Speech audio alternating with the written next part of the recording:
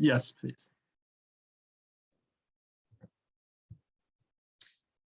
All right. Hi, guys. My name is SK. My Indian name is Shashi. You know, just sometimes it's hard for people to pronounce. We talked last time. We talked about this a particular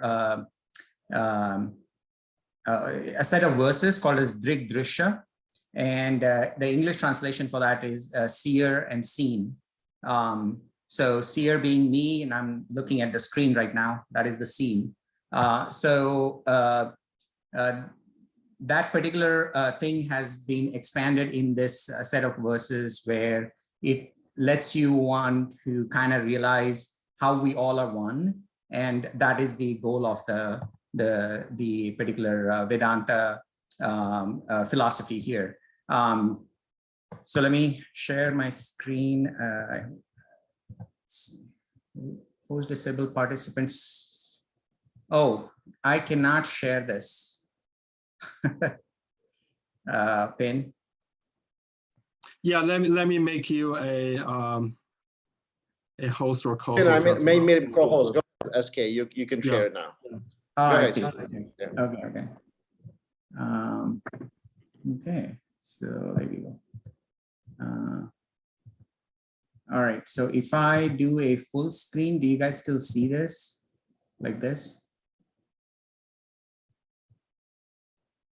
Hey, Pin, can you tell me if you can see this? Yeah, okay. Yeah, I see a slide. Mm-hmm.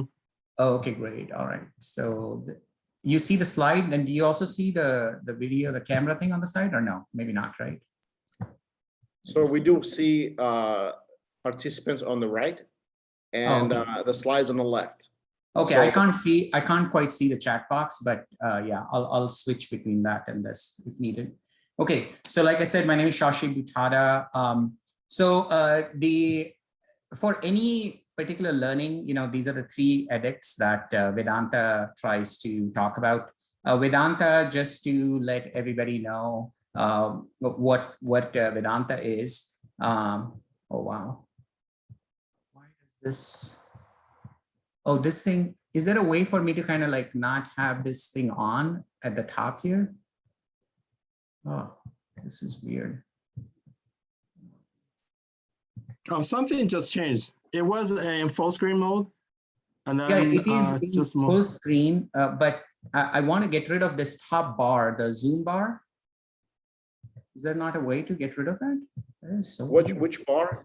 There's a zoom bar at the top. All right, click on the full screen. Click on the full screen, and then you start the slideshow. Click on the slideshow. You see the slideshow right next to share? I did the slideshow, but the problem is that there is a bar that is like hanging around all the way at the top. I just exit full screen for now. Yes, that's it. No, I did that, but that top I don't see. We don't see a bar. No, I know you don't see it, but it is like kind of. Yeah, I think I know what you're talking about. Yeah, I've had it's rather a nuisance. Yeah, Oh, okay. You can click and drag it somewhere, and really? sometimes I have to keep dragging it around.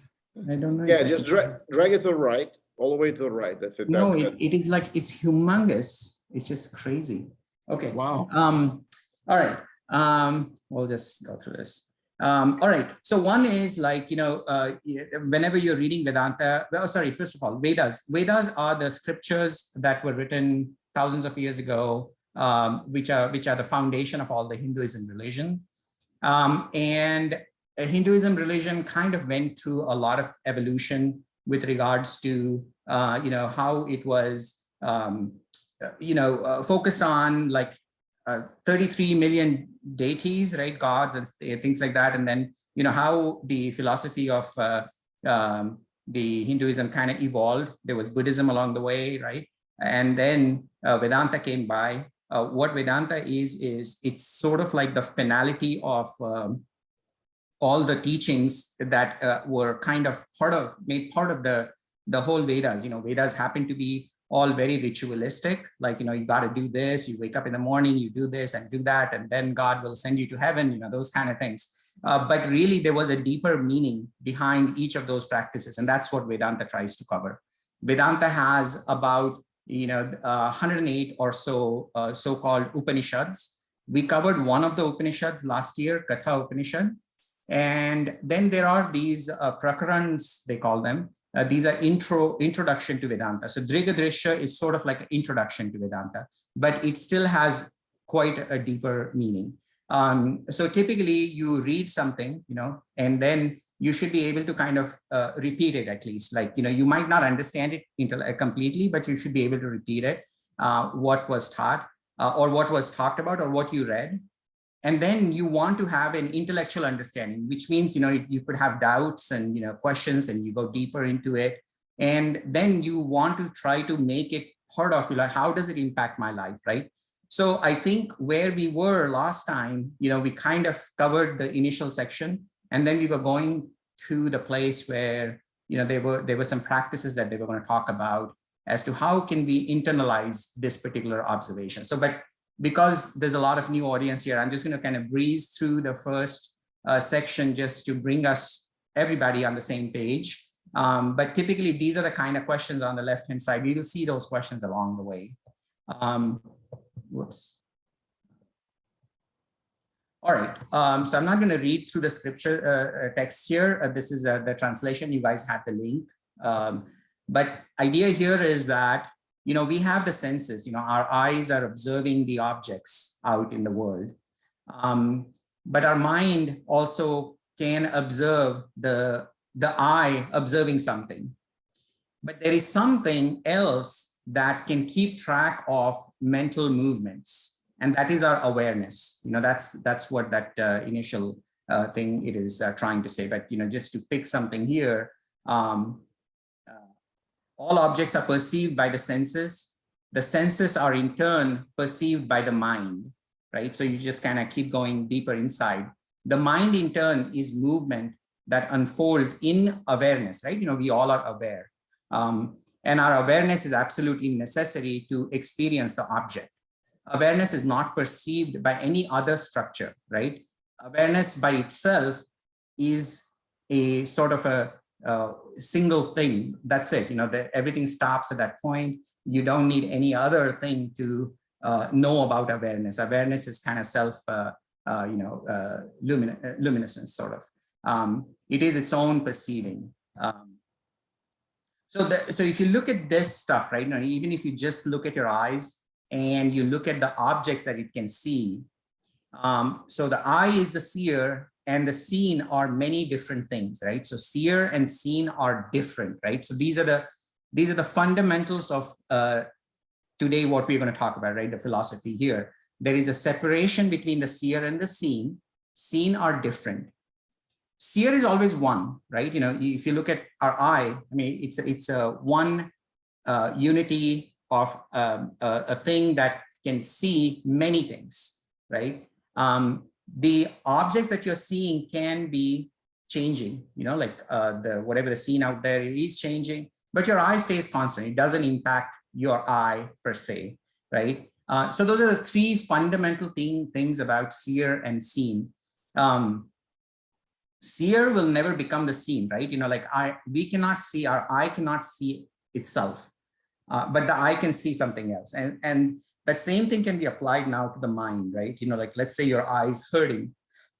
Your mind knows about my vision is blurry or whatever, right? It just keeps going back all the way up to the consciousness.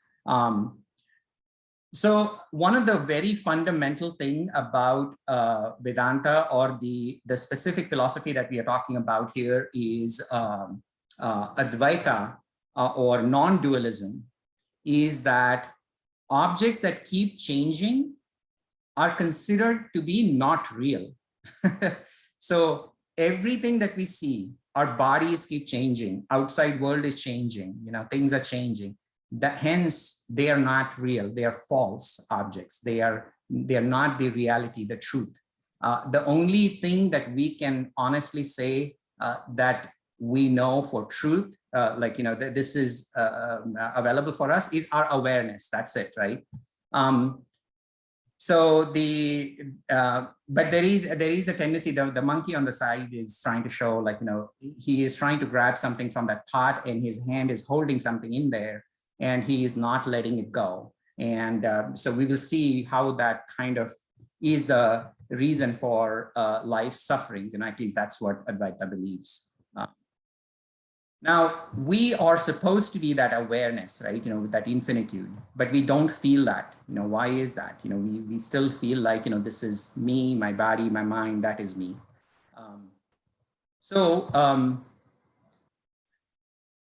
One of the things that Vedanta Advaita believes is that Brahman, or consciousness, awareness, is all pervading. It's everywhere. Okay. And there are certain fundamental properties that it has, and so does the objects that we find in the world. One of the things is, let's focus on human being like me. So I have a mind, which you can consider like, okay, first of all, you have your body, which is your gross body, the physical, the tangible thing that you can see, the subtle body, which is your inner body, like things that you cannot, intangible type of things, but they are there. Your mind, your senses, and like your pleasures and pains and desires, all of that stuff, right? And ego and all of that. Now, ego here just does not mean the so-called bad ego, but just the I-ness, like the feeling that I am I.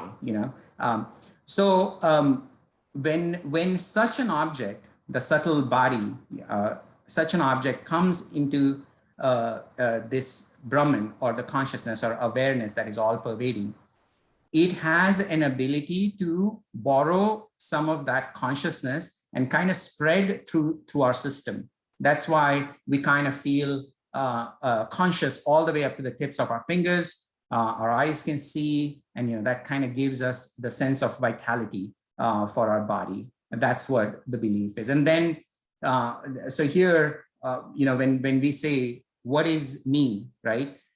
Here, the things that I have highlighted here, right? We know that, my mind is important, like, all my feelings are important, my desires are important. And so is my body. I feel like I'm connected to my body. I feel like I'm connected to my mind, but I can always take a third-party perspective of myself. Like, I can always look at myself. That is that awareness, right? I can say, hey, look, I'm talking about Vedanta. Like, I can observe myself talking right now. So that is that awareness, right? So we have these three connections that kind of define me, right? So what are those three connections, right? Who is me? So this me has sort of like our I, the smaller I, has this connection to senses or the body, mind, and the awareness, right? Now, how do you define this? Actually, just to complete this analogy here. So here there is a light, right? So sun is spreading the light all through the universe. And then when this mirror captures that light, mirror has the ability to reflect, right? So you can see another sun within, or there's a light that comes out from it and it can shine light into darker spots, right? So that is what our soul, or the, sorry, not soul, but the subtle body is. These three identifications, right? We identify with our body, and that the identification of the body with the body has to do with our sense of duty, or karma, right? Is what it is called in Sanskrit. And we are associated with our body all the way up to when you're born, and all the way up to you die, and then your body is gone, right? But your subtle body, as per Vedanta, kind of stays around.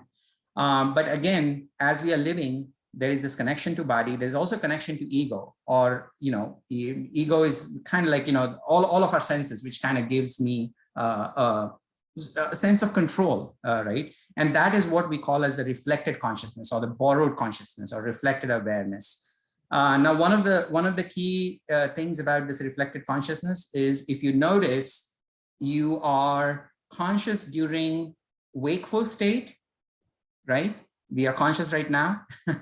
Hopefully nobody's sleeping. The next is, when we are sleeping, we are dreaming. That is another type of consciousness, right? It's kind of imaginary, but it is there. The consciousness is there. But when you go into deep sleep, Vedanta believes that, what would we normally say is that we are not conscious when we are in deep sleep.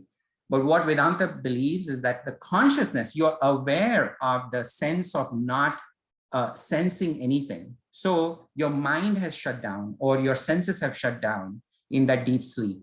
But the consciousness is still alive, right? Your reflected consciousness is gone because your mind has shut down, right? So that is that connection to the ego. And then there is this sense of sentience, right? And also the awareness, basically, right? We feel like there's something unique about us, the fact that, we can understand something versus, let's say, a wax statue of us that is standing. There is something uniquely different about, like, you can see if there is something lively about a person versus a robot, right? There's something, a certain quality to it. And we kind of think that, boy, we radiate that sentience. There's something within me that is sentient. And that is, we think that there is a direct connection, and I kind of control that. And that is where I think Vedanta is trying to say that that connection is kind of like false. And we will talk about that. Now, all of these identification to the body, ego, and the sentient, the connection, right?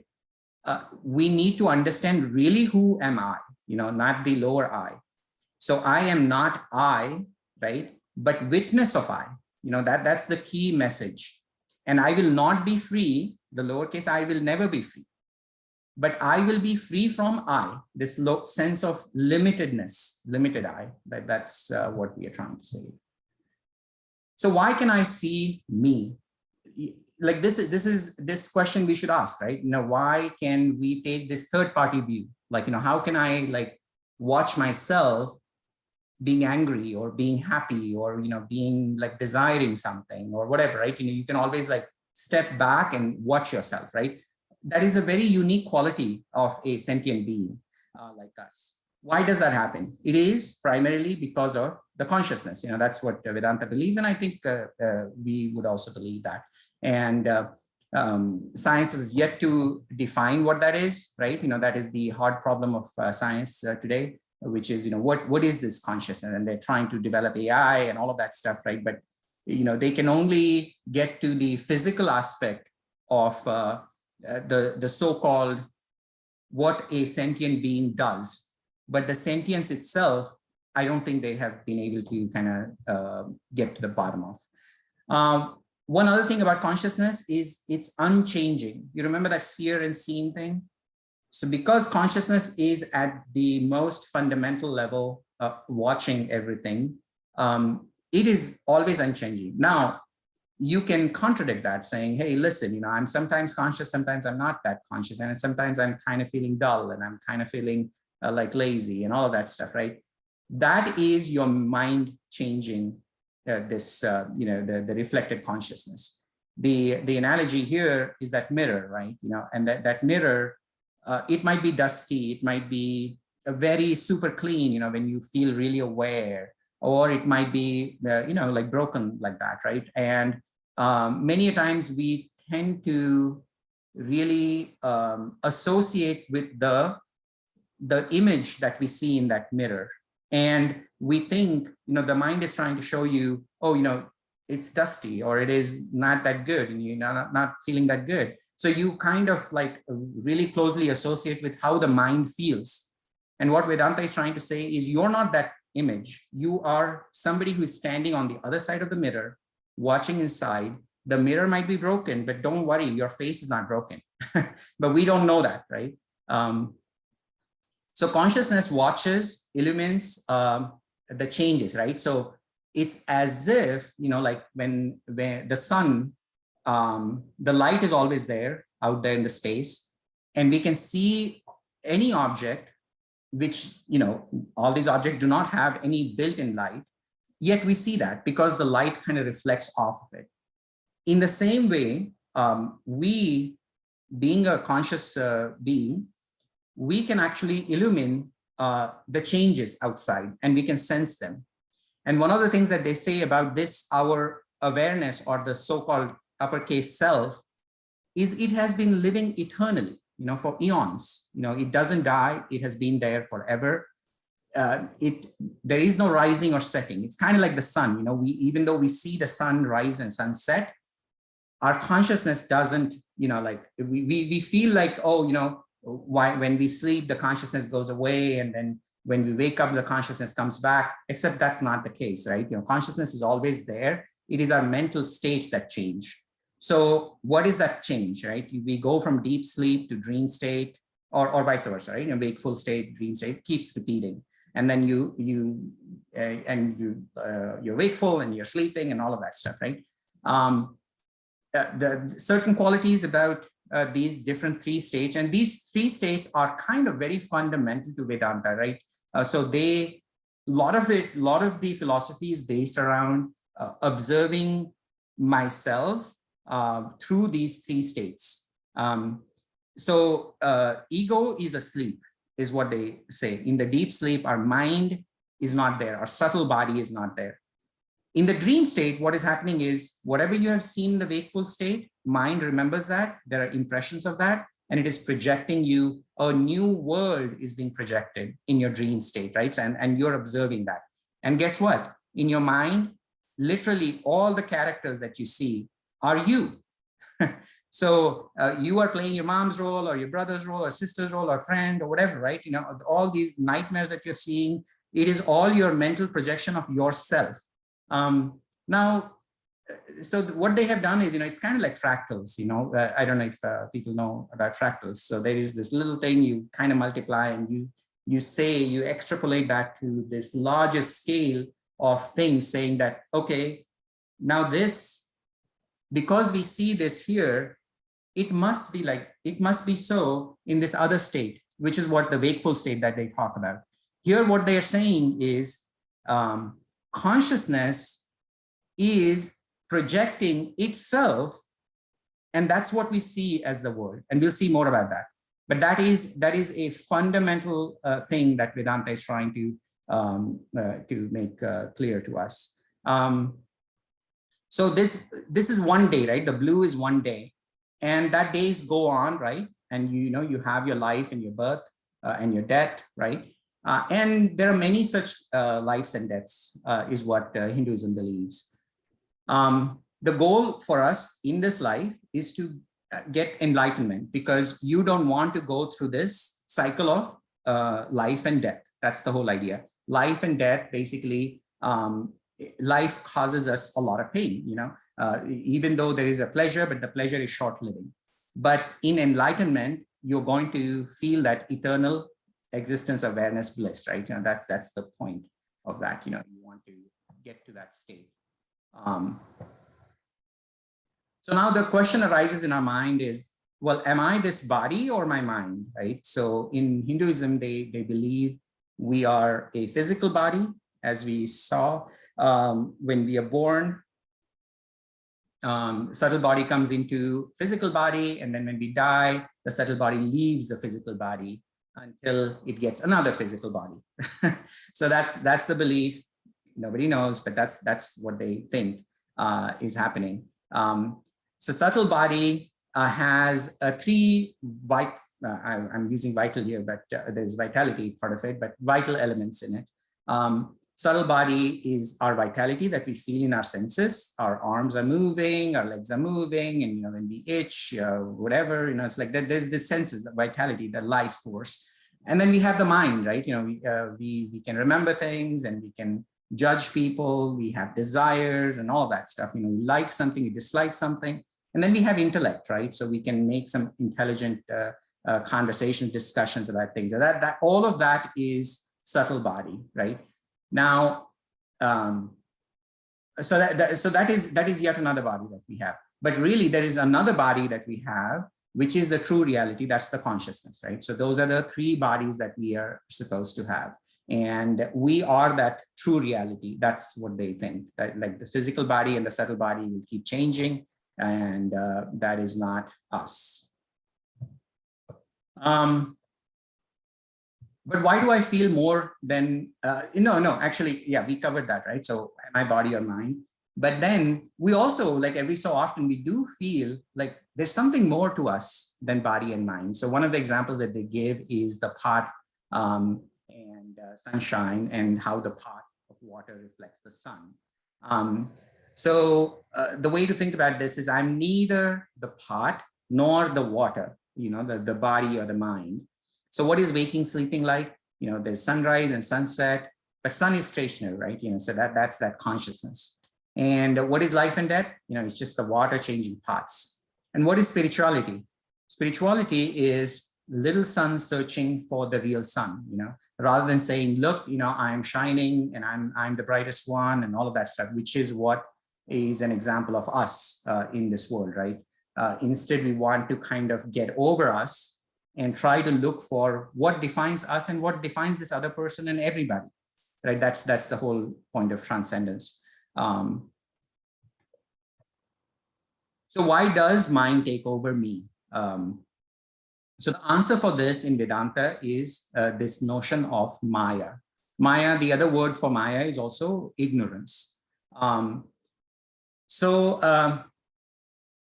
of the things that they believe is that we talked about Brahman, right? So Brahman is all pervading. It is everywhere.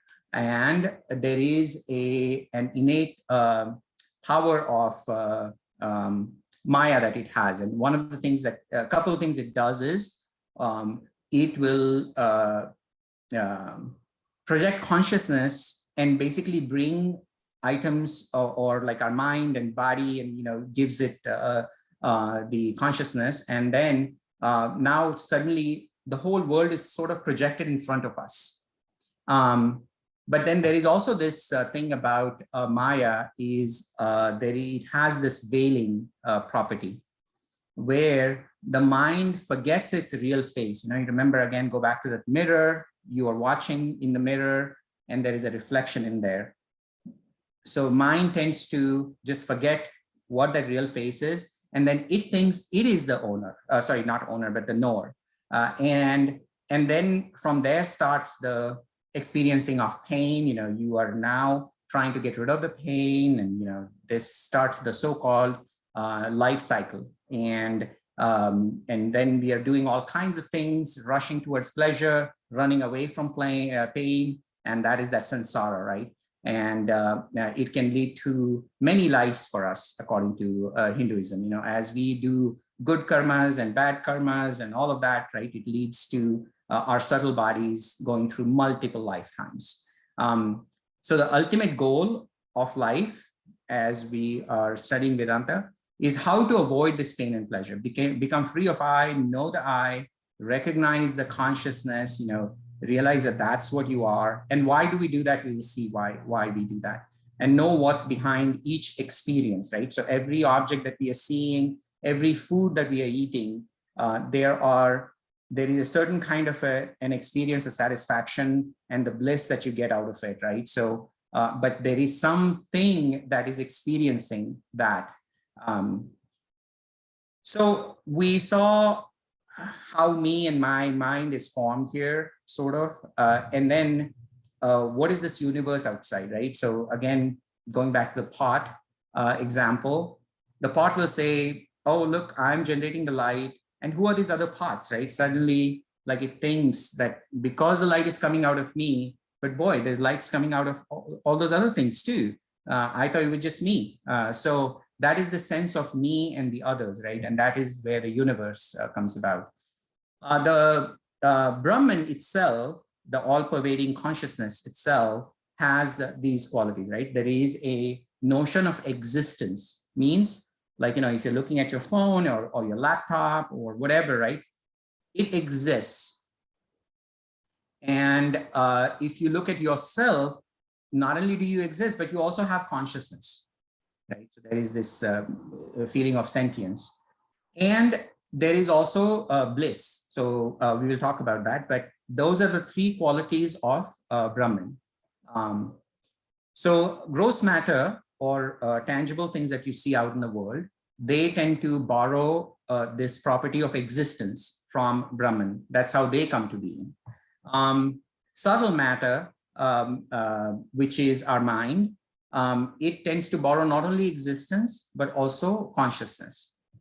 And that reflection of consciousness within these subtle matters it's called a chidabhas, it's basically reflection. And that's where it starts thinking that it is the knower. Mind's reflected consciousness, it becomes the knower. I think, therefore I am. And then suddenly that I takes over.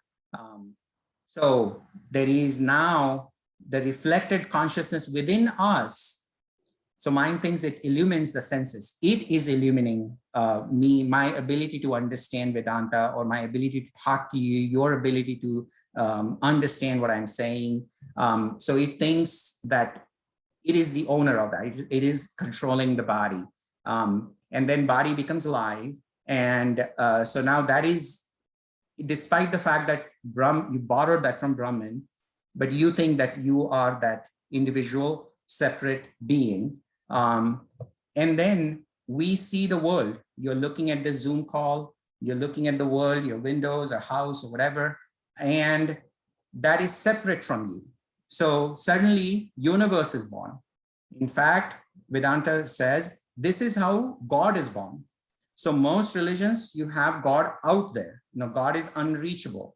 So I am here, I can only pray for God, and God is out there. But really, here I'm focusing more on consciousness, but really what they're trying to say is that's the God, right? That the God is within us. And, once you realize that Brahman is everywhere, inside and outside, you will have a different understanding of God. But, we're not talking about God here. But this separation of seer and seen, notice that the myself, I'm going to wither and die, and so is the universe. So everything, when you separate it out like this, there is a sense of almost like they're not real, according to Vedanta. They're false. So this obscuration causes universe and the samsara, the cycle of life, and we forget about consciousness. We think that consciousness is just happening within us, and this reflected awareness becomes the reality. And then we take upon ourselves to deal with so many life's sufferings, but we deal with them mostly out of fear or anger, like we are running away from something or we are running towards something. And they both tend to lead to suffering. We think that we are going to get some happiness out of the pleasure that we are running towards, but that tends to end. And then that's why, you kind of feel sad once it ends. So now, and that's what that mirror, so you are looking at the reflection, and mirror might be dusty sometimes, it might be broken, and you kind of associate with that broken image in there. And you sometimes feel super happy, blissful, and sometimes you feel very sad, right? So you take it upon yourself, and that's the fundamental for our state that we are in. So how to not let mind take over? So one of the things that they say is we should try to discern between who is the real knower. And that is the Vivek, right? So this book is called as this very tiny book, Drig Drishya Vivek. Drig means seer, Drishya means seen, Vivek is discernment between mind as the knower or awareness as the true knower, right? So we want to understand that difference. Every experience is experienced in our consciousness, like my consciousness. So again, all this Vedanta is not about all of us, right? It's about me looking at myself and studying myself and understanding me, and then kind of relating to the world. So then, a question comes to mind is like, hey, you're listening to me, you're going to ask me questions. Aren't you sentient as well? Well, you are sentient, but I don't really understand your sentience the way you understand your sentience, right? So we cannot experience each other's awareness. We can only know for sure our own awareness. This is where sometimes, you could have, you make that phone call sometimes, there is this person, you think there's like a real person on the other side, but it's actually a machine, but they have started becoming quite smarter on that, and it can trick you. So you don't quite know, are you speaking to a machine or are you speaking to a real person there? So that's effectively what this is trying to say, right? So we are only aware, we are truly aware, like, there's no doubt in our mind that I am aware, you are aware in your mind, right? Or you know it for sure. And that is what this thing where we are talking about all pervading Brahman or awareness, and that is the only truth. This is not some like, oh, you got to believe it. No, there's no need to believe it. You know it. You know it. Fundamental reality of us is that awareness. That is the only truth that we know for sure, 100%. Yes, it is there. All these other things, they might not be true. So how to not let mind take over, right? The solution for that is focus on the isness of things, existence of things, right? The rest is mind created split between me and them. So we will talk about that. I think this is where kind of where we ended last time. So every experience has 5 characteristics. Okay. So this again is quite fundamental, and I would like you to pay attention. So when we look at something, there's always a form to it, not only an object, but also a thought. Like, let's say we are thinking about Paris or Eiffel Tower. Suddenly there's a form, there's a certain shape that comes to our mind, and then there's a name associated with it, right? This is outside our mind, and we'll notice, we'll notice the gross aspect, so these are the grosser aspects of that particular thing that we are thinking about, or the experience.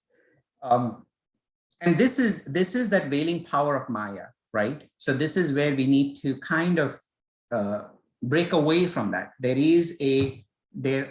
are these 2 characteristics of the object where it is always going to have a form and name. So we want to kind of defocus on this aspect. Yes, it's an identity. It is good for transaction, day-to-day transaction. Awesome. I'm called SK or Shashi. I have a name. So that's it. That's it. Now you just defocus that. Then you focus on these other 3 qualities about anything. The fact that it exists, it's cognizable. There is certain attractiveness. Like, yes, there are repulsive things as well, and we'll talk about that. This attractiveness, you need to understand not so much from pleasure perspective, but just the fact that it is a being, like you could be watching a flower, you could be watching any dumb object, anything, table, whatever, a phone or anything. There's something unique about the fact that you can, it is useful for you, it is there, it is available. It might not be useful for you either. So, but it is the fact that it is cognizable. There's something great about that. And what is the ground on which you can get all those experiences? It is your awareness. And these are the subtle aspects of that object, right? These are not we're not talking about the form or the shape or the name, but there is something about it that, you can just kind of feel it. And the idea is to kind of focus on that. This is that Brahmans, or the consciousness, existence, sentience, bliss, or Satchit Anand, that is all pervading. Everything has that. Your pillows, your sofa, your door, everything, your brother, your sister, people you hate, people you love, everything. Now, the people you hate, right, or things that you object or you find repulsive, the idea is for you to get to a state, that's where enlightenment comes about, is you're going to get to an equanimous state to experience bliss. Bliss is not pleasure or repulsiveness, right? That's not what it is. It is a state of mind where you are going to be okay with it, and you're going to deal with the situation, right? You're not going to run away from it because you find it repulsive, or you're not going to go hug it because you love it or like it. It's going to give you pleasure. That's what it is trying to talk about. And you want to focus on these 3 things about anything. And now suddenly you go away from this sense or mind control our daily living to consciousness, or you start seeing Brahman into things, or you start seeing the consciousness into things. So how to feel this oneness, right? So there are certain things that they talk about, the meditations. The point is that we want to see Brahman everywhere. There are different kinds of meditations in Hindu practices. You must have heard of yoga, yogic style meditations, where you concentrate on be it an object or an activity or a thought, or Om, for example, and you kind of keep off other distracting thoughts, right? And you bring your mind back to that Om, that thing. Buddhist meditation is slightly different, where you let the phenomena arise, let the thought arise, but you just watch it. Like you don't go back to Om or anything like that. So it's more about mindfulness. So those were the two styles of meditations that a lot of people are familiar with. Here we are talking about the Vedantic meditation. Vedantic meditation involves developing the distance between self and mind. So you are trying to get that third-party perspective on everything. So you're trying to watch yourself, in that awareness that there is something happening. Focus on objects existent, we talked about this. So there are different kinds of meditations that they talk about. There is this internal meditation where, so there's internal and external. And there's a lot of similarity, except that one is internal and the other is external, right? So we'll talk a little bit about this. Internal with object. So what the idea here is, you can choose to sit down, or you could be standing, you could be walking. The object here internal, in the sense of internal, it means a thought. So thought is also an object in Vedanta world. So you let the thought come about in your mind, and the thought could be, it doesn't have to be a good thought. It could be a desire. It could be, actually, if you look at the actual scripture, the Sanskrit scripture, it uses the word kama. Kama means it could be, might as well be sexual desire. It could be anything. It could be whatever. But when that thought arises, you switch your thinking from that to like the awareness of that thought, right? So this is akin to like you are standing in front of the mirror. Now here the analogy is slightly different from the earlier mirror that we were talking about. Here, to know your face, you're using the mirror to realize, because you can't see your own face. So you look at the mirror and you say, okay, there's my face. So here you let the thought be a way for you to realize, hey, look, I'm thinking that thought. And now you suddenly are switching from the mind that is trying to run towards that desire or that thought to the fact that you are becoming aware of that thought. And that's it. That's all you have to do. And then next is, you can drop the thought. Basically, don't let the objects, if they come, that's fine. Eventually your mind is not going to bring up the thoughts. This is where you want to kind of repeat a certain Upanishad sayings, like the thou art that, or tattvas, sorry, thou art that. We have talked about that. So here what you want to repeat to yourself is that the awareness that I am, I'm not attached to anything. I am eternal, I'm self-luminous, I'm that Sat Chit Anand, I'm blissful, right? And it's just kind of like preparing yourself to always, here you are proactively trying to put those thoughts in you, like, hey, look, this is what I am. And then, it becomes your reality. So this is where you're trying to internalize what you have learned about the Brahman. And slowly what will happen is you don't even have to say that. And that is the third step, which is called as nirvikalpa. Kalpa means like, how are you going to go about it? Savikalpa means you are using some support and, you're going to do that. Nirvikalpa means you're going to do it without any support. So it's kind of like, that pole vaulter, he's using the pole to get across, but then once he goes on the top, he's going to let the pole drop away, and then he's just going to jump over, right? And that's what we are trying to do here. And now, this is internal, but when you see an object or anything out there, you do the same thing, you immediately go to the existence of that thing, and focus on, again, pure existence, know that it is yourself, your awareness that is letting that thing make itself known to you. So eventually you will get into a state where you are absorbed into this kind of stuff. It could feel like forgetfulness, but really what you're trying to do is you're trying to get away from this thing where we are focused on the name and the form of objects, which, if you think about it, that is the fundamental reason for so many turmoils that are happening right now in the world, right?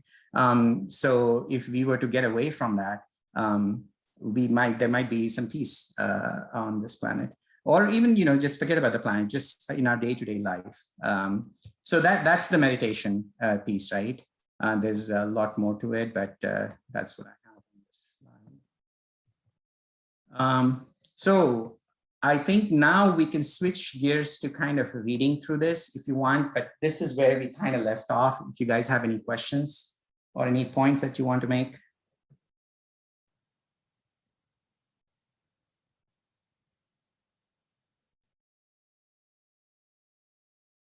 I can't hear anybody. Uh-oh.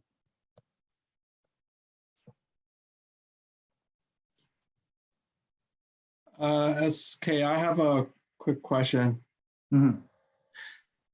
So the thing that is true is we cannot know another person's consciousness. Right. But how much do we know our own consciousness? You can find that out by yourself, right? You are aware right now, and you are aware, hence you are able to construct that question. The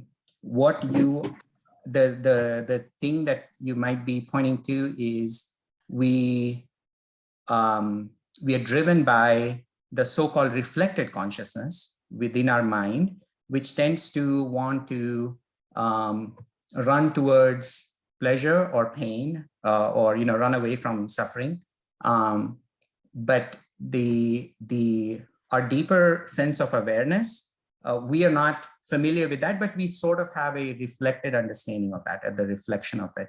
So the fact that we are aware and we understand what we are talking about, and every so often we can step away from, like, I can, in my mind, I can actually like say, hey, look, Shasha is talking right now.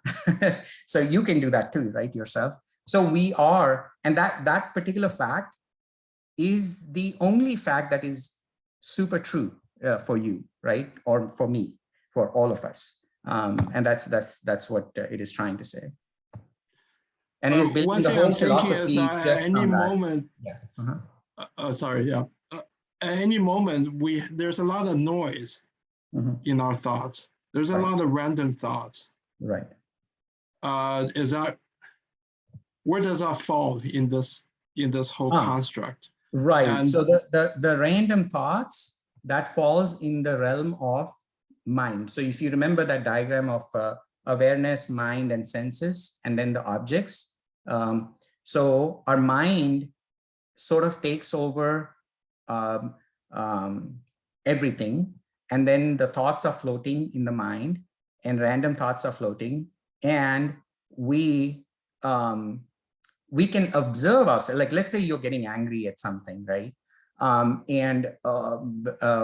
is the impulsive thing to do is like blurt out or yell at the other person or whatever, right? And that's what the mental mind-driven process would be, right? But you could also step away from that, say, look, that's an angry thought. And now suddenly you've created a split between you and the mind. So you're aware of your anger, and you can now, decide what you want to do, right? So that is what it is trying to say. And that those random thoughts that you're talking about, all the thoughts are just fleeting. They are unreal, according to Vedanta. All of anything that comes and goes is unreal. It is false. The only real thing is your awareness of that thought, or of the fact that you're on the Zoom call, you're talking to Shashi, all of this is your awareness. That is the only true thing. Thank you. That's really helpful. If I may ask just one quick follow-up. So like when I'm talking to you, right, there's actually 3 conversations going on at the very least. I'm talking to you. I'm also talking to myself silently. And you're also talking to yourself silently. Because I ask a question in your mind, you're asking yourself how to answer my question. Right. So are all these entities that are talking, are they all in the mind department? Yeah, they are. And that is many me's. So we have so many me's within us. And the idea is that there are lots of other interesting Upanishads, and we have not really touched upon this. This is a very introductory text. But the idea is, if you get really deeper with this kind of meditation, you will realize that any conversation can become blissful, or any activity can become blissful when you are 100% there, right?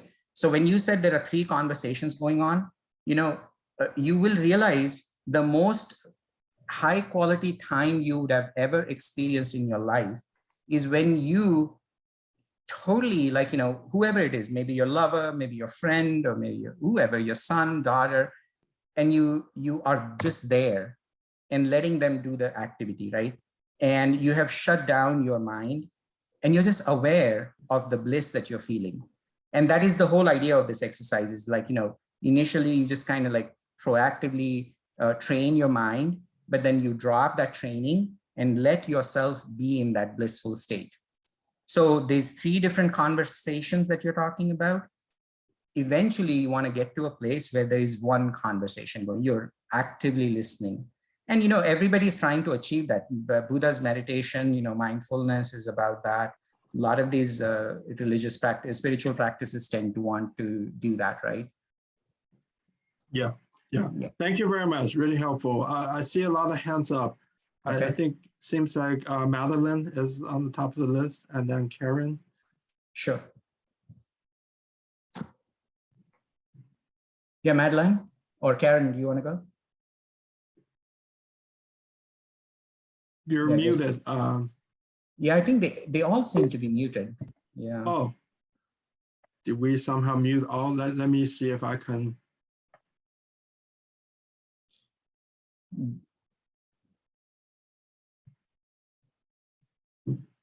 Yeah, so this is what we covered in the first section, right? So we really want to get to the new parts of this lecture. And then there is 42 verses. So we are at 30 right now.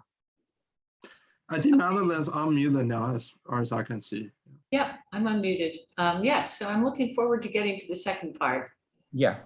I have a question. This is clearly the philosophy, and thank you for laying it out so clearly and going over it again. I'm wondering, it seems there seems to be quite a contrast. This seems very austere in a way compared to what I know of Hinduism as it's actually practiced, which is celebrations, festivals, color, everything about the senses. There are narratives, there's incense. Do most practicing Hindus have read this and are practicing these things within the more external forms of Hinduism? Yeah, so yes, so there is celebration of life, there is festivals and all of that.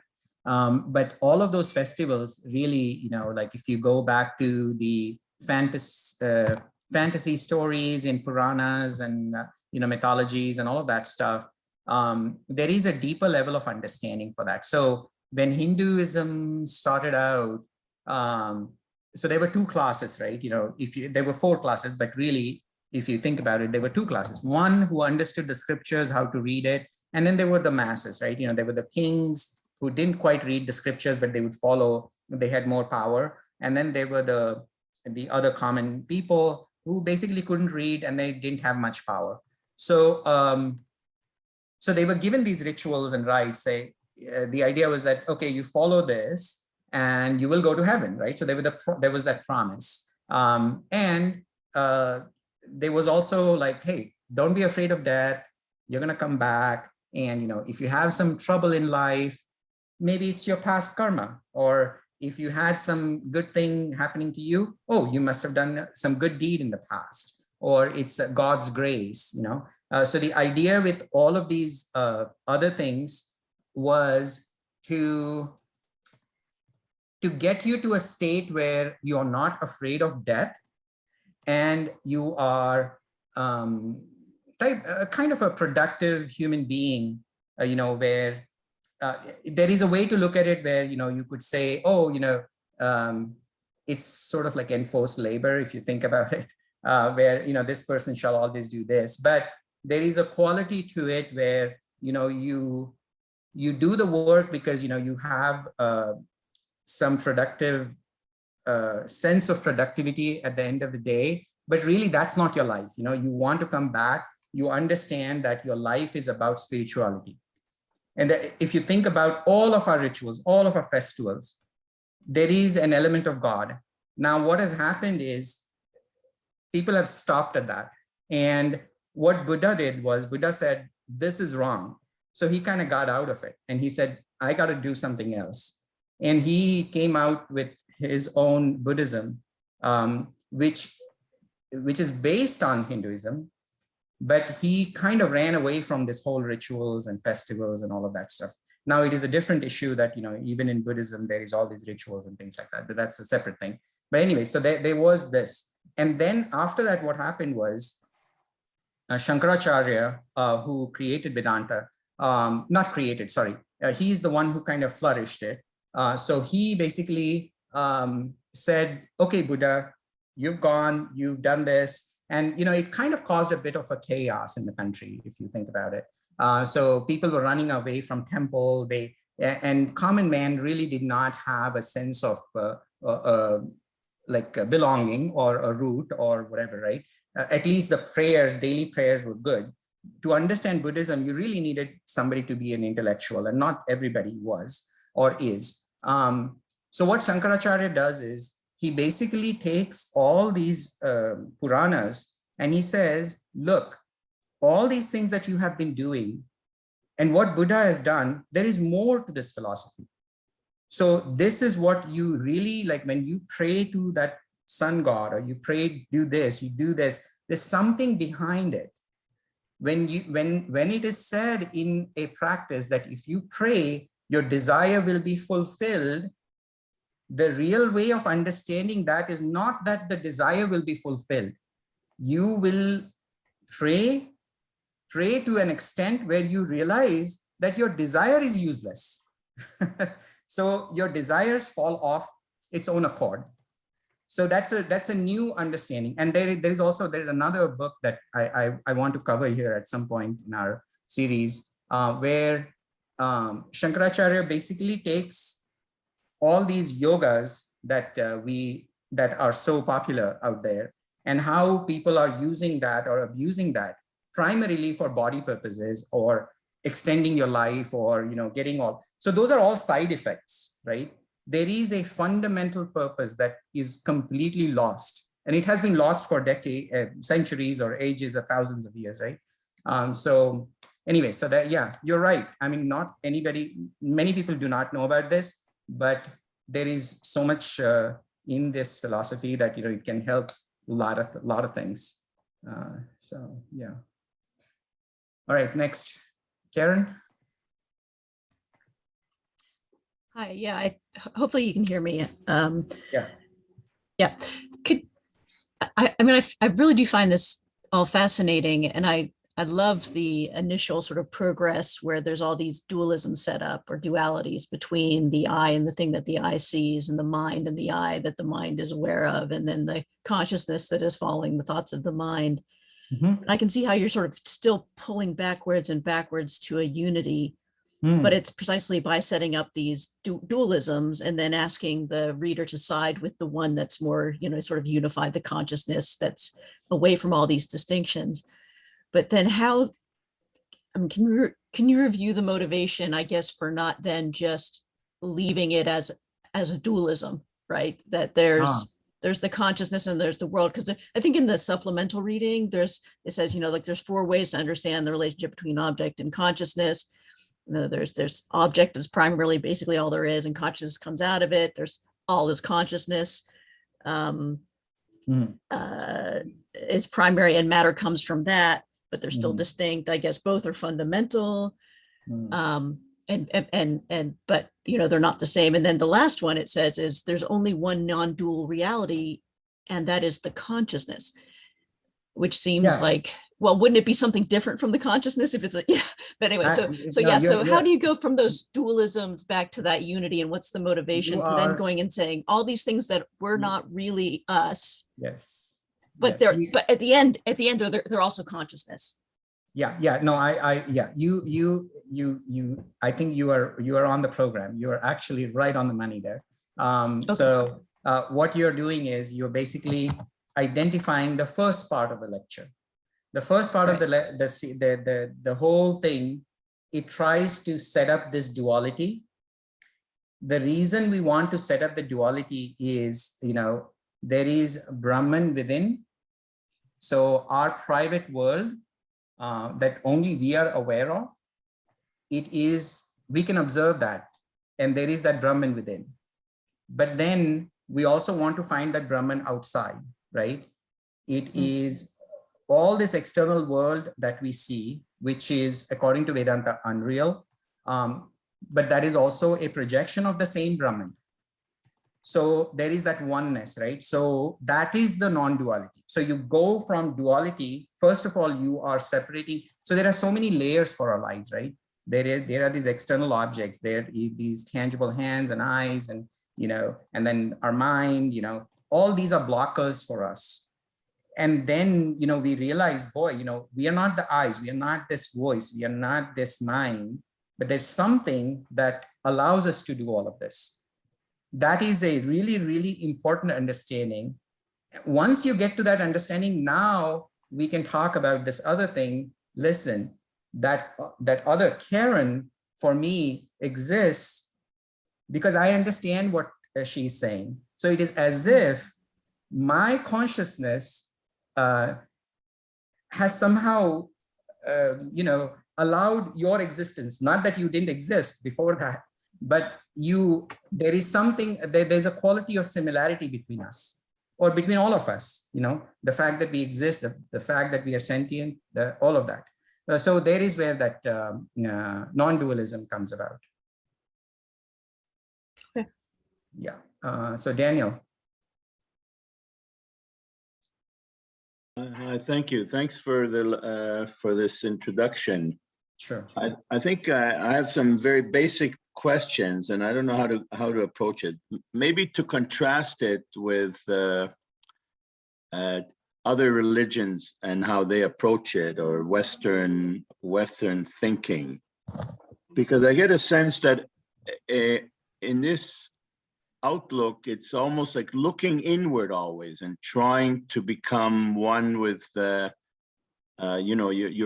total consciousness, and you always dig deeper and deeper inside yourself until there's no change in the ultimate consciousness. In other religions, or let's say in Western culture, the object is to look outward and not look inward.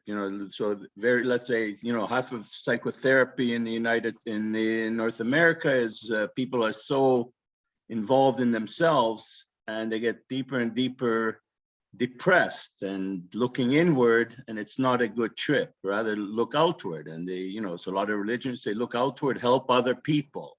That's your salvation. That's your spirituality. That's where you ultimately become transcendent. So I'm trying to understand this better, just the contrasting, you know, the total different approaches. Okay, I think I got the gist of your question. So that is actually quite a good observation, you know. So this might make us more introvert. Why not be with the community? That's your question. So here, there is no reason for you to not be in the community and do this practice. But the idea here is, if anything, you are now relating with the community with more of a oneness, you know. So you realize the God within them, you realize the God within you, and you have potentially more respectful conversations and more fun conversations with people, more productive and more satisfying, versus if you have that sense of I and the other, there is always sort of, hey, look, I have this, but I do not have this. So there is a hole that you can identify just because you're looking at the other person and, oh, look, there is that, that I don't have. So there is this sense of a want and a desire, and which leads to all kinds of other problems, which is like you might start doing something to achieve that, or you might feel jealous about the other person. So there is all these subtle things that might happen to your behavior with that other person. So here what Vedanta is trying to do is, it is trying to create the terroir, if you will, you know, like when you're growing the grapes for the wine. So it is trying to create the ground so that you can be very fruitful in your presence in the community, anything that you're approaching. You know, it is not saying that you got to be just by yourself. No, in fact, when I'm here with you, you know, that question that Ken was asking, hey, look, you know, it feels like there's 3 people talking. Now that can be really simplified where, you know, one of the teachings here in this Vedanta is, how can I be an active listener? Now here, you know, if you go to a lot of management courses and stuff like that, there is a course on that. They talk about that, like, you know, you want to speak like this, or you want to listen like this, or at least nod your head in a certain way to make the other person realize that you're listening to them, or whatever, right? But that is all external. How can you let that grow from inside? That way the other person feels like you're being listened to, and there is a little more productive conversation. And that you know, now you can do community practice, you can help out, you can do all of this. One of the really, really basic tenet about Advaita Vedanta is, don't get too involved or too, like there is something going on the planet, like far away from you. And you could be ruminating about it. You're sitting in your living room, worried about it. So be protective of your mental peace. And can you address that issue? Yes. If you can, go do it. But don't spoil your peace, mental peace, your blissful state, right? So do you want to worry about Ukraine? You know, don't worry about it. If you can do something about it, do it. But sitting in your room and, you know, like getting angry at the TV or watching the show, or, you know, like all of that. If you want to protest and go outside and that gives you satisfaction, go out there with a sense of like, okay, you want to achieve something rather than destroy something, right? I mean, there could be 2 different ways of how you would feel satisfied about taking an action about something bad that might be going on. Anyway, so that's a long-winded answer. But I think you get the sense of it. Fred? I appreciate your observations about the practical application in the community. Mm-hmm. And my question is related to that. It struck me in one of your slides earlier, I think it's verses 16 to 18, something like that. You had a line item where the goal is to avoid maybe a little earlier. It doesn't matter. The goal is to avoid pain / pleasure. Somewhere there. Yeah. What is the goal? How to avoid pain / pleasure. And that struck me because a lot of people would claim that their goal is to avoid pain and maximize pleasure. And I think that's profound and has a lot to teach us, regardless of a religious affiliation. Has a lot to teach us about the illusory nature of that. And what comes to mind immediately in terms of practical application is drug addiction, because drug addiction effectively is the intent of radically downregulating dopamine receptors so that your pleasure centers in your brain are wide open all the time, on the premise that that's just a wonderful feeling and that promotes happiness. Right. And of course, we all know what the end result of that is. And that's tremendous pain. Not only does it take more and more hits to achieve lesser and lesser pleasure, but the pain is accentuated. Yes. Yeah. I know that that there have been fruitful programs, as an example of application, in prison for meditation. But the goal is simply to use meditation to reduce stress, and very practical application.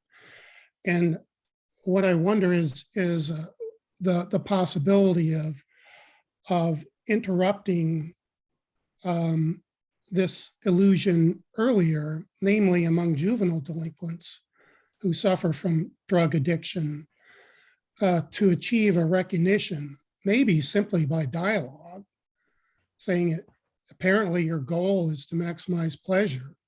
What makes you think that allows you to avoid pain? What is the difference? What do you think is the difference between pleasure, want, desire, and bliss? And if the answer is, well, there's no difference at all, then maybe to clarify that that there might be something lacking, and provide real practical exercises in how to escape from this pain pleasure cycle, because these are smaller cycles that kind of mirror the larger cycles of life and death. How to escape these cycles and replace that incessant and futile attempt to capture pleasure with a recognition of a higher bliss. Yes, yeah, that is, yeah. I mean, that's and they in fact, like, I don't know if we ever talked about Bhagavad Gita here, but the story is happening on a battlefield, and the inner turmoil that he has, the main hero of the story, he basically is trying to fight his brother, and he might be potentially killing his uncle and grandfather and everybody and his whole clan effectively. And he is saying, oh, forget about that. I don't want to do this. And I just want to retire to a mountain and be a monk. I would rather do that. And I don't want to hurt my family. So Krishna, or one of our very beloved character in our mythologies, he basically talks about this, right? He says there are certain things, you are doing because you feel like you're going to get some pleasure out of it, or it might be painful, so you're running away from something. So both of those roads will lead to suffering. So you think you're going to be happy if you don't kill your uncle or whatever, and you're going to go out in the mountains and be a monk. you're going to be very disturbed, if you if you do that. And there's this whole thing that he goes into, kind of similar things. In fact, Bhagavad Gita is one of the fundamental texts for Vedanta and obviously Upanishad. So we also covered in Katha Upanishad, this thing is talked about, which is, that little kid is asking to the god of death.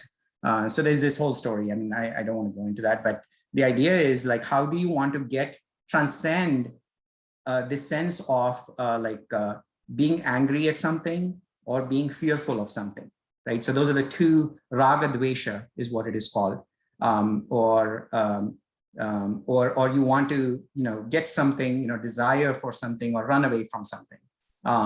So that's your pain pleasure, right? So they both lead to suffering. That's the fundamental nature of them. So preyas and shreyas is another word that they use in Sanskrit. But yeah, I mean, this can be, in fact, I think this should be taught at a very younger age in some form to let people realize how we can get past forms and names and, these futile attempts at pleasure, right? What is the reality? There is that YouTube video about these kids who are given the marshmallows, and they are told to if you take one, that's okay, but if you wait for so many minutes or whatever, procrastinate and all of that stuff, and you will get another one. And then you watch how they're dealing with that. It's a social experiment that was done, and then they watched the people who kind of held themselves back from that instant pleasure of eating the marshmallow, and then they observed them like 20 years later, and most of the kids who kind of did not take the marshmallow in the first go, they were successful people, quite successful later on in their lives, right? So that says a lot. Anyways, so next, who do we have? Saket. Oh, no, sorry, nobody, right? Oh, yeah, Saket, yes. Yeah. Go ahead. Okay, Shashi. So I have been a Advaita student for quite some time. Awesome. And whatever you have presented, I don't agree with a lot of things. Oh. Because yes, because you listen, Shankaracharya, when it comes to Shankaracharya, he comes into the picture in the field of non-duality way after, before him, Gaudapad was the one who actually gave commentaries on Mandukya Upanishad, which is the most authentic and I think the only authentic text on non-duality. And if you read Gaudapad commentary on Mandukya Upanishad, he is clearly mentioning what non-duality is all about. And I do not agree with that individual consciousness. As per Gaudapad, there is no such thing as individual consciousness. He has spotlighted the understanding of non-existent self, non-existent entity, and the non-existent world. And this is what non-duality is, to understand what we experience inside us and outside us is illusion. And through non-duality, through this text, Mandukya Upanishad, and through three states, sleep, deep sleep, dream and wake, and with observation, one become aware of the illusion of external and internal world, and it drops, and with that the sense of me, sense of I drops, and what is left can't be experienced, can't be spoken about, and it is non-dual. That's why it is non-dual, because you cannot speak about it, you can't experience it. It is not consciousness, it is not awareness. Awareness is just knowing. It's another name of knowing. Okay. Yeah, so we are at 5:25, 5:26. Is there another question or point that you want to make, or can we move on? I think we have no other comments. No, I agree with you. So we are starting slow here. This is only our second lecture, we started with Katha Upanishad. There's a lot of depth to it, but I want to keep this not about Vedanta, but I look at Hinduism more from how can I use it in my life, right? Our lives are so different compared to back then when the scriptures were written. And also, I'm learning with in my own pace, and there is a lot of depth to it, and I can barely touch upon basic things here in this group. Yeah, hopefully we go deeper and deeper. Anyways, so okay, moving on. Fred and Saket, you can turn your hands down. Thank you so much. All right, so let's get through this.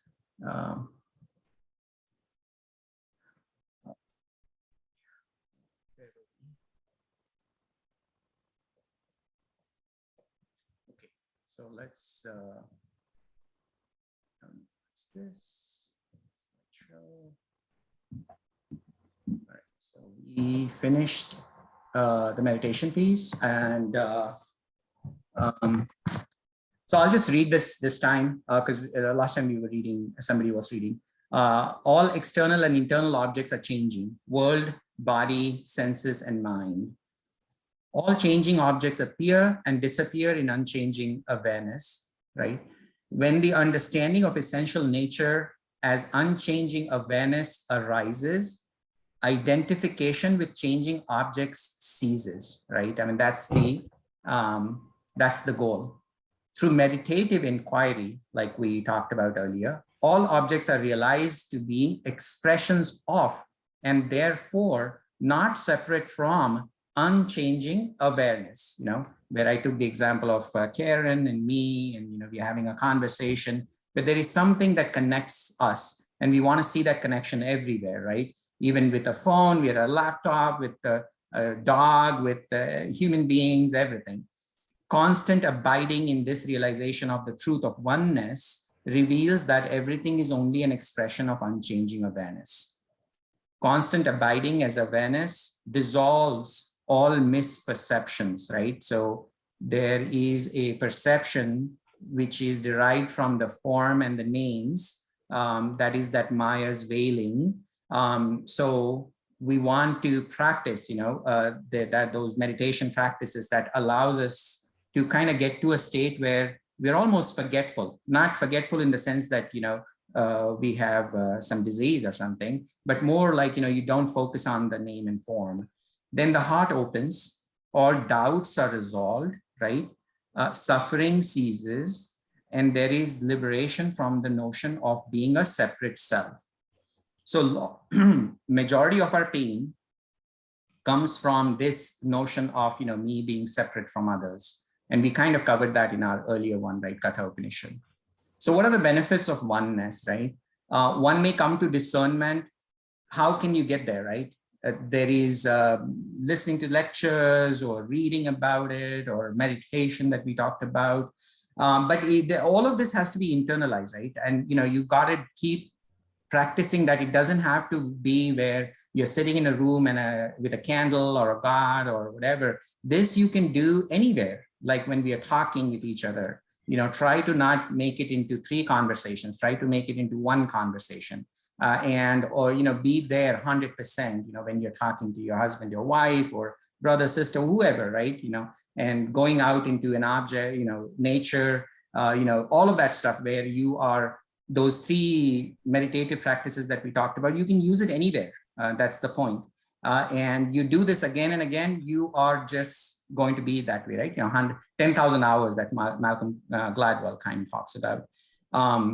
Body mind will continue to function. Once you get there, all of this community practices that you want to do and be with the community, it will be a little more fun experience, if you get to this oneness. Every and any action will now be meditation. As I said, Brahman will shine forth in every aspect of the action. Once you're aware of the true reality, there's no more delusion of a separate self. So what does this enlightenment people talk about looks like? It is not going to make you like suddenly 50 years younger or whatever, right? So everything is just going to be the same, but you're going to be so-called Jivan Mukta, is what they call freedom while in this life, you know. This is the true freedom, not the freedoms that we talk about, freedom of speech and freedom of all of that is necessary from your transactional world point of view. But from your inner being point of view, there is a certain freedom that you are trying to get to. And we will talk about that, like who is trying to get free. Knots of mind are rent, all doubts are dropped, this massive load of karma, you know, no more rebirth, all of that goes away. While other people suffer through pain, enlightened ones know that the body is in pain and they transcend the suffering, right? So this is the thing that can happen. On death, no more new lives to suffer, one remains in as Brahman. So let me not read through this, but I think you guys have that thing, so you can look at that. So I'm just going to cover the slides part of it. Which me is wanting to be free? So we notice that there are so many me's, right? So there is the body, there is the mind, there's the dream me, there is the awareness me, right? You know, who is this guy who is trying to be free? So there's this empirical being, you know, this is like right now, I'm me, there's Madeline, there's Karen, there's Jason, right? So we all are individual beings, we are transacting with each other. So there is no, you know, we do feel separate and all of that, right? So we are aware, our awareness comes from this so-called reflected consciousness. And then we also notice that our mind, you know, or at least Vedanta has taught you that mind shuts down when we are in deep sleep. So there's mind in wakeful state, and then there is the deep sleep state. These are like 180 degrees apart, right? So where mind is on and mind is off. But both these states are being observed by the witness, right? So now some might question saying, hey, you know, if we are really Brahman, who is in bondage, right? Who is struggling for liberation? What is this individual being, Jiva, that they talk about? So this is that person that is trying to, this is that me that is trying to be free. And then there is the appearance version of it, right? And this version, we all know 100% that this is appearance, because it happens in the dream, and once we wake up, it goes away. So we know for sure that this is appearance. So dream me, the mind is again kind of projecting yourself in different forms. So this is your second me, effectively, right? But the whole Vedanta practice is that, hey, look, you can look at the dream me and say, boy, that was an appearance, and that was a scary dream, or that was a fun dream and it's gone, and boy, that was fake, right? What they are trying to teach us is this empirical me, or this me right now, you know, I'm talking, you guys are listening. You want to come to a state where you can see that this is also fake. So don't get too attached to this reality. And so there is this absolute reality. This is that aware me, or the witness me, who can observe when my mind is aware, or when my mind is shut down, or when my mind is reflecting, you know, or projecting some dream. Now, which I is the one with the Brahman consciousness, right? So that thou art, that is this one, right? The absolute one. And Jiva is this middle guy. So that he is the one who is trying to be free. So why is me so body-minded, right? And the answer, we already talked about it. You know, there's this Maya is the answer. And the Maya, really, what it is it's the ignorance. And we talked about how the mind kind of takes the reflection to be the reality. And it forgets that it is the reflection of the awareness, and it refuses to see at the source of the awareness. Now, how can we look for Maya? It's kind of like trying to say, can we look for darkness? You're going to use a light to look for darkness, but then the darkness is going to be gone, isn't it, when you bring the light there? So it is sort of a futile attempt. So you just have to kind of go through this process of meditation and learning and all of that stuff, and then kind of discern in your mind that, hey, really, mind is not it. Your consciousness is, your awareness is the main thing. So a lot of these defects that can show up, you kind of take that to be your reality. So you kind of become the main, like, oh, I'm going to control my life. You take upon all the pains and pleasures and everything, and your samsara or the karmic cycle starts. And this is your limited me, right? Yeah, so this illusion can end upon realization. So the dreams feel real because you have noticed this, right? So dream me, again, your memories are there, and a lot of it just feels very, very real. So it's because it is going off of your mind and your reflected consciousness, and your reflected consciousness is the boss at that point, right? And one of the thought process, or this is where the fractals type of thing, this is my take of it, right? And I can only present my take of it. So there might be other understandings, and you're welcome to look at this as an abstract art, and obviously take your own, philosophize on it and understand it for yourself.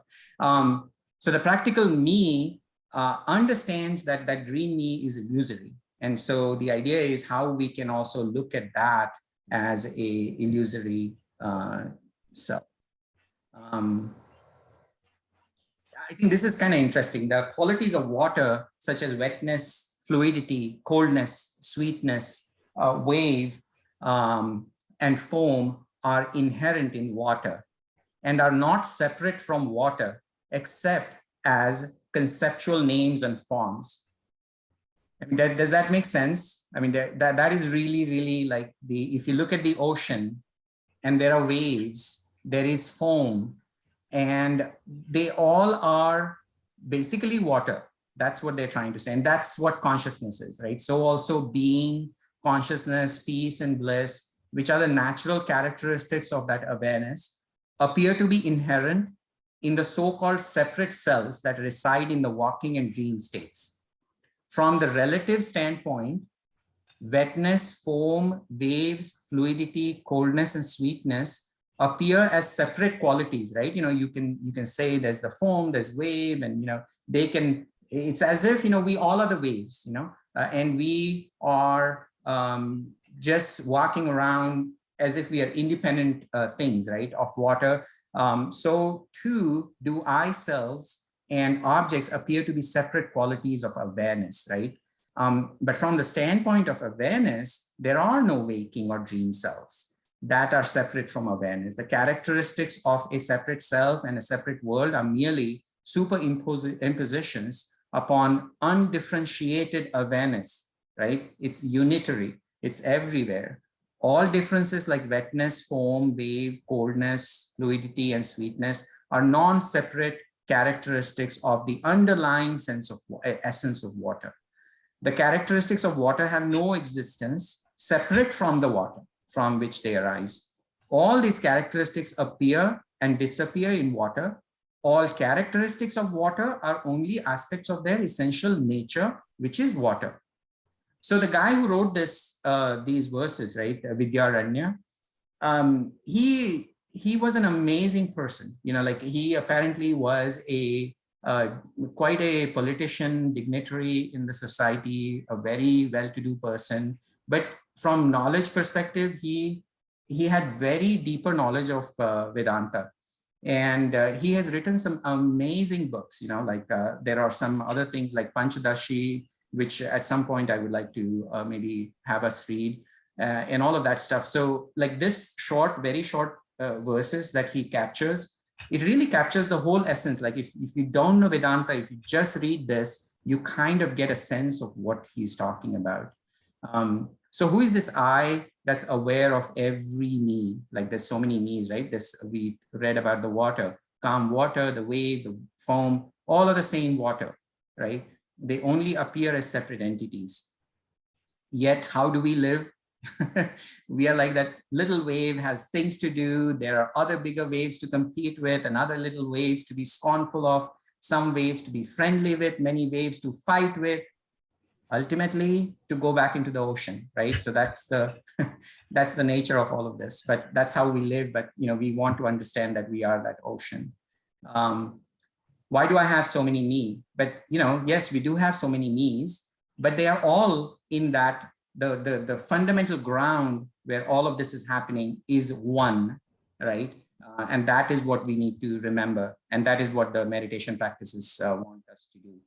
And the Shakespearean quote is quite interesting here. Life's but a walking shadow, a poor player that struts and frets his hour upon the stage, and then is heard no more. It is a tale told by an idiot, full of sound and fury, signifying nothing. Yeah, you can take it that way, or you could say, hey, look, I'm awareness, and all of this is happening, and you can enjoy the play. So that is another way to look at it. So this is the last verse. Upon waking up from the dream state, all characteristics of the dreamer, such as existence and consciousness, dissolve, are realized to be only projections of the dreaming mind. Just so, upon awakening, all separate characteristics of the self dissolve and are realized to be only projections of non-dual awareness. As foam and wave have no existence separate from water, so also the entire universe consisting of the separate self and the objective world have no existence separate from non-dual awareness. In truth, all that exists is non-dual awareness, right? So everything is in awareness. So this is my last slide. Enlightened, wakeful, dreamful, whatever, even the enlightened state, it's not like something outside. Dream life is a projection of me. Wakeful life is also a projection, but it is a projection of the Brahman. Body mind continues, upon enlightenment, one realizes that I and others are the same bliss. So this layering of like existence, consciousness, and bliss is also really kind of interesting. It will need its own lecture series. So once you get to that state, right, you're not going to feel that emptiness or holes in your life. So there is not going to be any more desires. You will still be very functional, productive, all of that stuff, but you're not going to have desires to the extent that you're going to run behind or be greedy about something or be fearful of some other things, right? So no pain, no life that cycles. Drop the object of your experience, you get to non-dual awareness, that is Brahman, right? So anyways, yeah, we completed the talk here. This is our second part. So go ahead with any questions or anything, comments.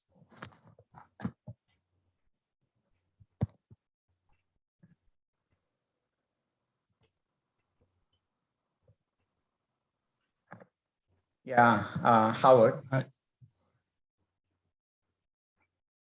All right, yeah. So the videos are stopped at the moment, are they? Our videos? Sorry? You can't see me. My video is stopped at the moment for some reason. Your video is stopped. Okay, no problem. Yeah. Did you have a comment? Yeah. I think it's, look, the whole analysis is really very, very good and very useful. And I mean, everyone is familiar with the concepts that we're dealing with. Mm-hmm. If you're human, you're aware of almost all of it or all of it. And the actual linking of the different components is very, well, it rings true. Probably for me, 80% of the time, but there's 20% probably that doesn't. So one of them is when you say that once you are aware of the oneness, you can transcend all these problems. For me, I don't agree with that. I think you can, that is just a method of arriving at the truth, right? But truth is only one way of dealing with reality. Reality has a way of impinging on you, which the truth doesn't make you immune to. And yeah, anyway, that's one observation. And there are a few well, let me just make a quick comment on that. Yes, you're right. Your life's problems, your mortgage and your, None of that is going to go away just because you're enlightened. It stays, everything stays, but you get a mental sort of a different understanding of how to address that problem. And you're not going to be fearful of the situation, right? So there's yet another way for you to kind of like be a little more like you would address that problem not from a state of fear. So your pain, your life's problems, your body ache or anything, none of that is going away because you're enlightened. Everything is going to stay the same, but you will have a different understanding of how to deal with it. Yeah. Yeah. Well, I don't really agree with that, because the way the way to deal with your mortgage is to pay it off, or to yes, you still have to pay it off. Just because you're enlightened, they're not going to take it away. Yeah. Yeah. And that's always going to be the thing that's pressing you, not the oneness of everything. You know, it's a question of priority, and you as a living person and a human being that exists in a capitalist system.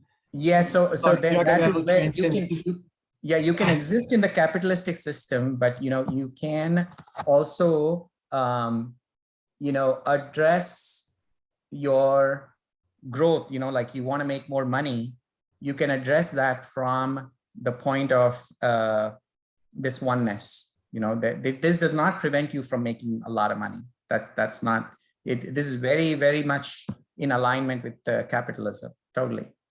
But it does kind of bring you closer to an understanding of the fact that everyone else is in the same situation as you, and to try to be more aware. But it's limited. That's what I'm saying. Just a couple of other left of field observations. There's a song called "I Am the Walrus" by the Beatles, and that has a line, "I am he, as you are he, as we are all together." And I think that's an incredibly profound encapsulation of a lot of the philosophy. And if you just they were very much into Vedanta, by the way. Yeah. But I think it's a great way of encapsulating, because it encapsulates the fact that we're all one, but it also takes in the different aspects of subjectivity and objectivity in the form of I, he, if you ignore the gender, he and you. It just in two seemingly flippant verses. And the other really useful concept I've found in Western thought is the idea of the tree falling in the forest. And that, that is, in other words, when the tree falls in the forest, is there actually something happening unless someone sees it or senses it? Yeah. Right.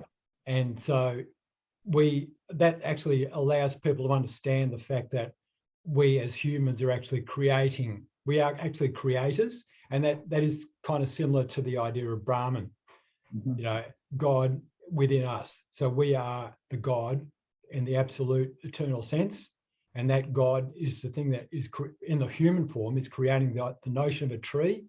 I think what you're pointing to is like the experience needs awareness, and if the tree falls, if there is nobody to experience it, it might not have been fallen. So experience requires awareness. Yeah, it's actually deeper than that, because the actual idea of a notion of a thing falling is a human abstraction of an event. You have to be human to see that, or some sort of living thing to actually appreciate that. So you're actually creating it, and if you extend that beyond the tree, you're actually creating the whole universe every time you sense something. And if you don't, and so the other thing is, if you don't sense it, then you haven't created it, and it doesn't exist.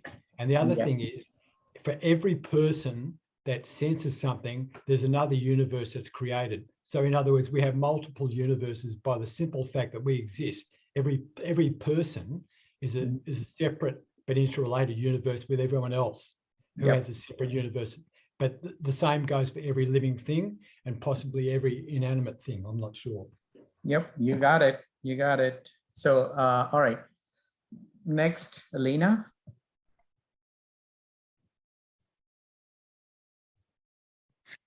Yes, good evening.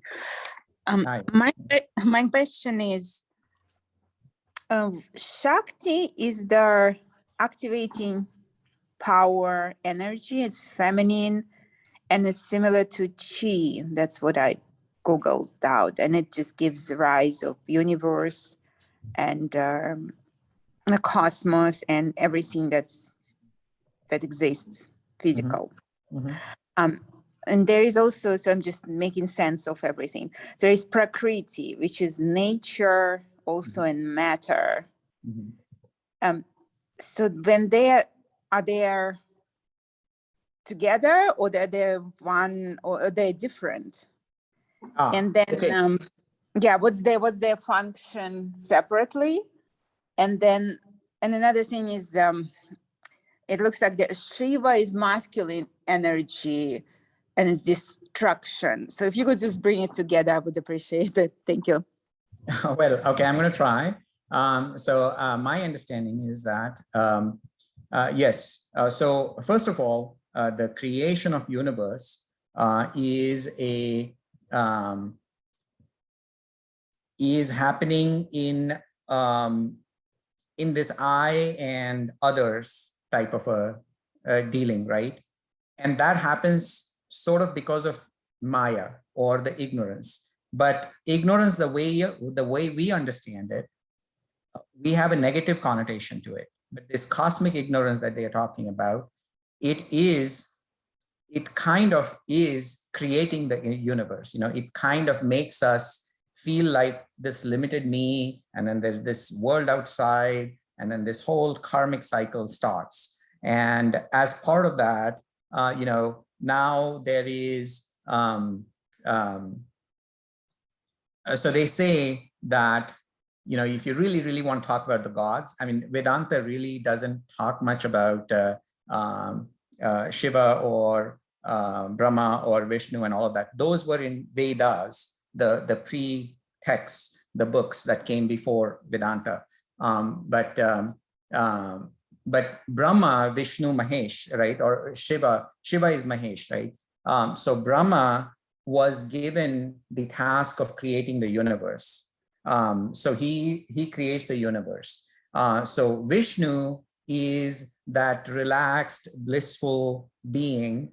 You know, if you ever see his picture, he is kind of like enjoying, relaxing on this bed, which is a kind of made out of this a serpent called as Sheshanaga. So he's covering him and he's just relaxing. And out of his tummy comes this lotus, and Brahma is sitting out there. And Brahma creates the universe, but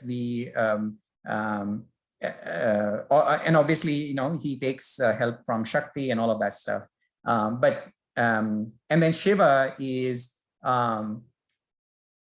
basically signifying, in my opinion, again, I'm totally off track maybe here. I don't understand the deity part of the significance of Hinduism. I gravitated towards Hinduism really because of Vedanta. But here, the Shiva, it is signifying how important it is. The destruction is so important. And we see that all the time. You know, we are afraid of it. But the universe, according to Hinduism, it has been going on for eons. You know, it's not like 4,000-year-old history or anything like that, like a lot of other religions believe. This has been, the universe is created, dies, created, dies, you know, again and again, these cycles happen. And they say that it is God playing hide and seek. And, you know, so it comes out of Brahman, and there is this I in the God formation that starts happening. And then, you know, all these things happen again and again. And then eventually everything gets destroyed, and then it comes back up again. So this so-called thing that, you know, the Maya that, you know, we come to give it a negative connotation. It is really the Shakti, you know, that is the one that creates universe. Now this universe creation is something that, you know, I think Howard was also trying to point to that, which is really, if you think about it, it is, I have a universe, because of my consciousness. I'm aware of certain things. You are aware of certain things. And now you Googled about Shakti and Shiva and all of that. Now they are part of your universe. They used to be part of my universe. Not that I know much about it. But anyways, that's, again, long-winded answer. All right, Marina. Oh yeah, thank you. No, I just wanted to thank you for this presentation. I really enjoyed it. Thank you so much. And I'm very interested in practical side and comparing different religions and how it's interpreted through psychology. But since you mentioned quite a few experiments in other books, just a question about your background. How did you get interested in this? Well, I grew up Hindu. But my mom was ultra religious. Some of the practices that she had would be considered as super racist and all of that stuff in India. And my father was totally opposite to that, and he put us in a convent school. So I learned about Christianity growing young, and I immediately I had a different understanding of Jesus Christ, obviously, when I was growing up, and I didn't quite understand why Hinduism had so many rigid practices and Christianity had so many messages of love and all of that stuff, right? So I didn't have a source of we didn't have in Christianity there is churches, and you go to sermons and people talk about things and all of that. I didn't have anything like that. If I asked any question to my mom, it's the response was always, this is like this and you have to do it. That's it. Don't ask too many questions. So it kind of turned me off. And then, I was also exploring, like you were exploring, a lot of other things as to trying to understand Buddhism and all of that. And then when life happened, I came here. Now I have quite a radically different understanding of Christianity. So because the Jesus Christ that I know is not the Jesus Christ that I see here in America. Anyways, that's something else. But so I started dabbling into Joseph Campbell and Alan Watts. And when I listened to them, I had a totally new understanding of Hinduism. And I'm like, wow, this is amazing. Why didn't our parents teach us this? And then I started dabbling into let me understand Vedanta a little bit more. And it is just fascinating. It's just very interesting. That's that. Okay, thank you. Yeah, thanks. Hugh.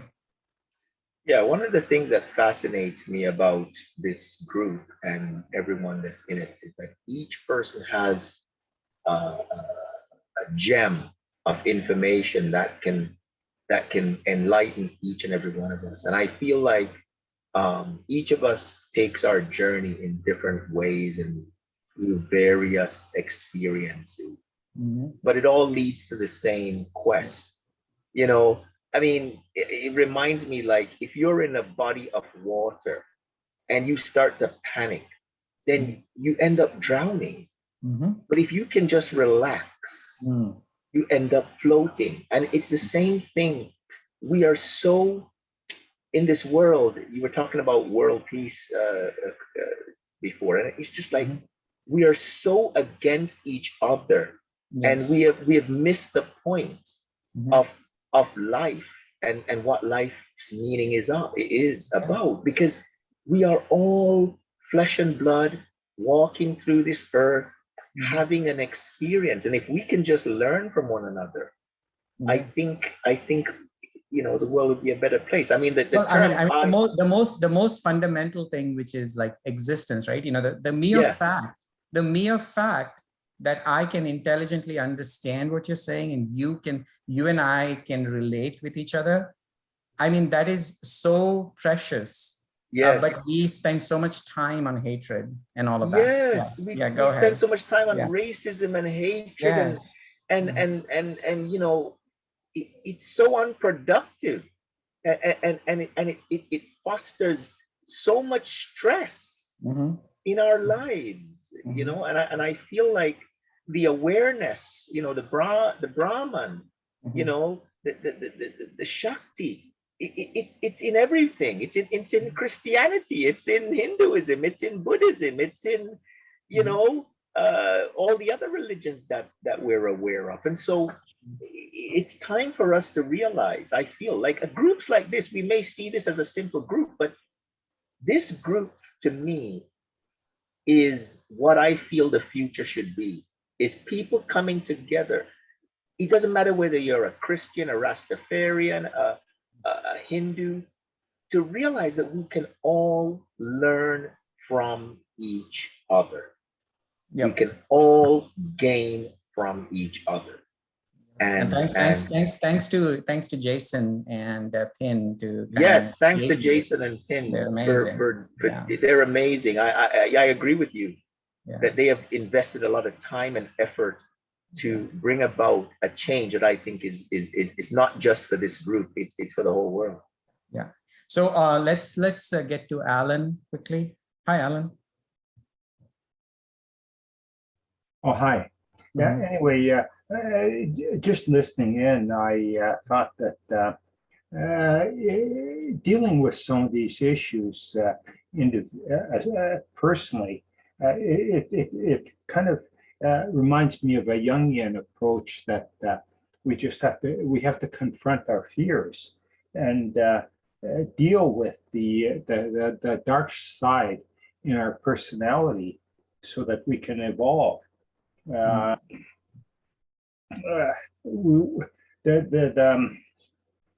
events that we witness,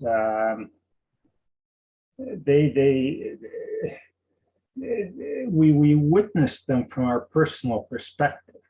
They may not be the way others view them, but there is very much an individual component in our development, but there's also a cultural development that the aggregate group of people who are around, they need to evolve consciously too.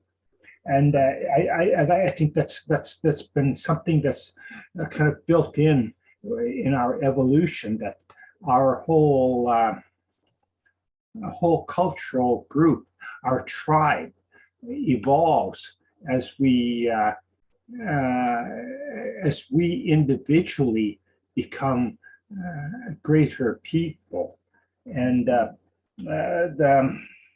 as you mentioned before, and another concept, I'll move on to the lack of understanding that we have gives us this great opportunity to fulfill our own gap in the knowledge of that understanding, so that we can become greater people in the process.